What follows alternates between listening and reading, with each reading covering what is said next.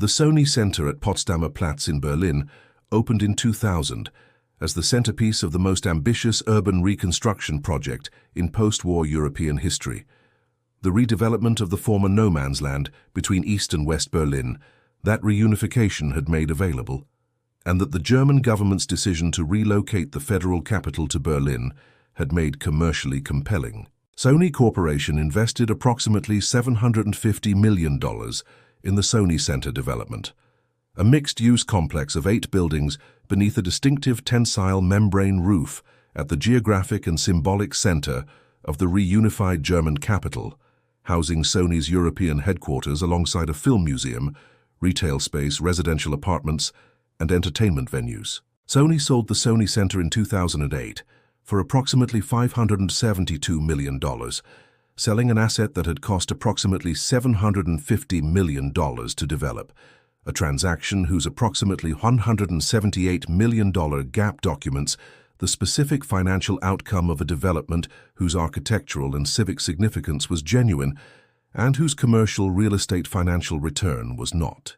The forensic entry point for this case connects directly to the MCA Universal City acquisition, documented in Case File 067, a major Japanese corporation's decision to establish a branded physical presence in a major Western market, structured in a way that confused the strategic investment rationale with the commercial real estate investment decision, producing a development whose financial return was assessed against commercial real estate benchmarks that the strategic investment logic was simultaneously preventing it from meeting. Sony's European headquarters at the Sony Center provided a physical expression of the company's European market commitment. That strategic benefit was genuine. It was not separable from the commercial real estate development in a way that would have allowed the Sony Center to be financed and operated as a financial real estate investment, rather than as a corporate brand statement expressed in $750 million of Berlin real estate. The specific miscalculation this case documents is the failure to separate those two investment categories before committing capital, producing a development that served both purposes partially and neither completely. If this is your first case file from this channel, subscribe now, because every episode adds one more layer to what you are about to understand about the architecture of institutional failure. The $178 million gap between construction cost and sale price is its precise financial measurement. Sony's development of the Sony Center reflected the specific institutional logic of a consumer electronics and entertainment company whose brand strategy in the late 1990s had identified major international capital cities as the appropriate locations for flagship physical expressions of the Sony brand's global reach and corporate ambition. The Sony Center was not primarily a real estate investment. It was a brand investment expressed in real estate, and the distinction between those two investment categories produced the specific financial outcome that the 2008 sale documented. A brand investment in real estate is justified by the brand value generated by the physical presence, rather than by the financial return on the real estate investment. The challenge that the Sony Center's development created was the necessity of financing a brand investment through commercial real estate capital market structures that required financial returns the brand investment rationale was not designed to generate. The covenant that Sony's development strategy did not adequately separate was the one embedded in the relationship between the brand investment logic, which treated the Sony Center as a marketing and corporate positioning expense, and the commercial real estate investment logic, which required the development to generate financial returns adequate to service the financing that the development's cost required. When Sony eventually sold the Sony Center, the decision reflected a strategic reassessment that the brand investment's ongoing costs, both the direct operating costs of maintaining the flagship European headquarters and the opportunity cost of the capital committed to the real estate investment, were not generating brand value adequate to justify their continuation. The 2008 sale to Morgan Stanley real estate funds transferred the Sony Center from the Sony brand investment framework to a commercial real estate investment framework, producing an immediate valuation recalibration whose magnitude, approximately $178 million below the development cost, measured the gap between what the Sony Center was worth as a brand investment and what it was worth as a commercial real estate investment. At what point does a corporation's brand investment in real estate become a commercial real estate investment that the brand investment rationale cannot adequately justify? Leave your analysis in the comments below. The 2008 sale occurred during the peak of the European commercial real estate market, before the global financial crisis had substantially affected German commercial real estate values. The timing of the sale therefore reflected Sony's strategic reassessment of the brand investment, rather than financial distress produced by deteriorating market conditions, a distinction that makes the $178 million loss particularly forensically precise. It was the strategic, considered assessment of what the Sony Center was worth to commercial real estate investors at the peak of market conditions, and that assessment produced a value substantially below what Sony had spent to build it. The appraisal of the Sony Center's commercial real estate value at the time of the 2008 sale reflected the specific challenges of valuing a mixed-use development whose programmatic complexity, European headquarters space, film museum, retail, residential, hotel, and entertainment venues under a single tensile membrane roof created a portfolio of uses whose individual valuations and operational interdependencies required appraisal methodology more complex than standard commercial office or retail appraisal. The Sony Center's residential and hotel components generated income streams whose valuation methodology was well established. The entertainment and cultural components, including the film museum and the public plaza, generated civic value that the commercial real estate appraisal methodology could acknowledge as an amenity premium, but could not directly translate into capitalized income.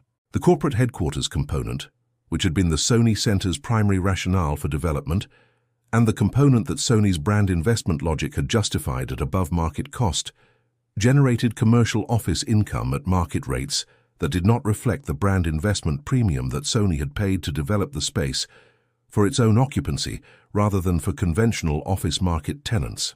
The specific appraisal challenge that the Sony Center presented to Morgan Stanley's acquisition analysis was the quantification of the civic and architectural premium that the Sony Center's distinctive design and Potsdamer Platz location commanded above the income that its mixed-use programming could generate at market rates. That premium was real but difficult to quantify, producing the standard trophy asset appraisal dynamic that Case File 068's framework documents, capitalization rate compression reflecting the asset's distinctiveness that market participants observed in comparable transaction pricing, but that the conventional income capitalization methodology could not derive from the asset's operating income alone. The $572 million acquisition price represented Morgan Stanley's assessment of the Sony Center's value as a commercial real estate investment at a specific moment in the European commercial real estate market cycle. That assessment produced a price approximately $178 million below Sony's development cost, measuring the premium that the brand investment rationale had added to the development cost beyond what the commercial real estate market would support. If the forensic analysis this channel conducts is changing how you read real estate headlines, the like button is how the algorithm knows to send this case file to the next analyst who needs it. The institutional denial embedded in the Sony Center development reflects a pattern this channel has documented in the MCA Universal City acquisition in Case File 067, a major Japanese corporation's deployment of capital in a Western market under a strategic rationale not clearly separated from the commercial investment rationale, producing an investment whose financial outcome was determined by commercial market conditions rather than by the strategic benefits that had been assumed to justify below-market financial returns. Sony's management had not explicitly characterized the Sony Center as a below-market financial investment at the time of the development decision. The development was justified through financial projections that incorporated brand premium and strategic positioning benefits, in ways producing projected returns approaching commercial market rates. The denial was the incorporation of non-financial strategic benefits into financial return projections, in ways that made the investment appear commercially viable when the commercial real estate market, absent Sony's strategic premium, would have valued the investment at the $572 million the 2008 sale confirmed. Morgan Stanley sold the Sony Center in 2010, to a new investor group at prices, reflecting the global financial crisis's impact on European commercial real estate. And the asset has subsequently been managed through multiple ownership transitions as a commercial real estate investment, whose valuation reflects German commercial property market dynamics rather than the corporate brand strategy that had motivated its development. The tensile membrane roof is still there. Sony is not. The Civic Plaza continues to attract the visitors that Sony's development had intended, generating the urban vitality that the Potsdamer Platz redevelopment had required and that Sony's $750 million investment had genuinely produced. The financial return that Sony received for that civic contribution was approximately $572 million, approximately $178 million below what the contribution had cost to create. The Sony Center case documents the specific cost of confusing a brand investment with a real estate investment, $178 million, paid at the peak of the European commercial real estate market, producing genuine civic value and negative financial returns simultaneously. Both outcomes were real. The failure to separate them before committing capital is the forensic finding. Berlin has the plaza. Sony has the loss. The membrane roof is the physical evidence of the gap between the two. Berlin has a civic space that did not exist before 2000.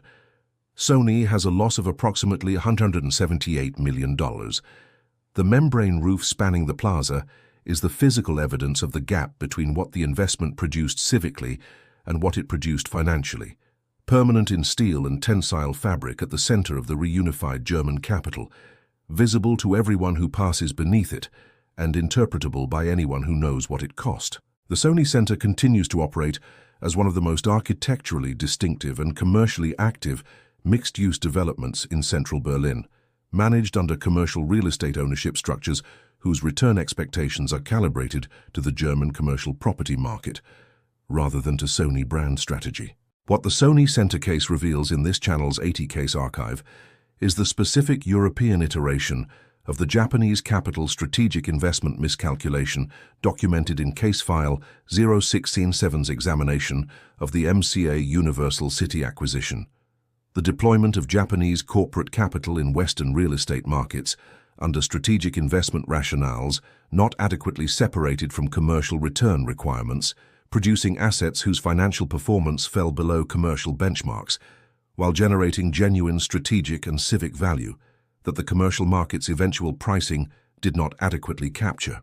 The specific Berlin contribution is the civic legacy, a genuinely important piece of post-reunification urban infrastructure created at investment loss, whose continued existence represents the specific trade-off the Sony Center's development produced. Berlin has a civic space that did not exist before 2000. Sony has a loss of approximately $178 million. The membrane roof is still there. It will be there when the current owners sell it and when the next owners sell it after them. Sony's logo no longer appears on it. The civic investment Sony made in Berlin outlasted the corporate presence that motivated it, as civic investments often do, while the financial investment produced the specific loss that the 2008 sale documents as financial investments structured around strategic rationale often do when the market eventually prices them on income rather than on strategy. If this case file changed how you evaluate the relationship between corporate brand strategy and commercial real estate investment in major urban development projects, subscribe, because the next case examines a campus whose brand strategy produced a comparable dynamic with a different resolution. And in the comments, given Sony's $178 million development cost versus sale price gap, what specific investment structure would have most effectively separated the brand investment rationale from the commercial real estate return requirement before the development capital was committed?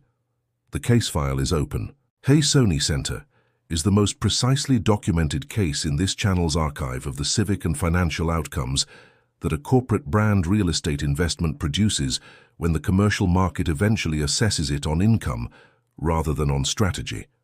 The gap between those two assessments is permanently embedded in the Potsdamer Platz skyline in tensile fabric and steel for anyone who knows what it cost. The gap is $178 million, The roof above it is beautiful. Both are permanent. This content was developed using artificial intelligence tools as part of the research, writing, and production process. All AI-generated material was subject to human review, editorial intervention, and approval before publication.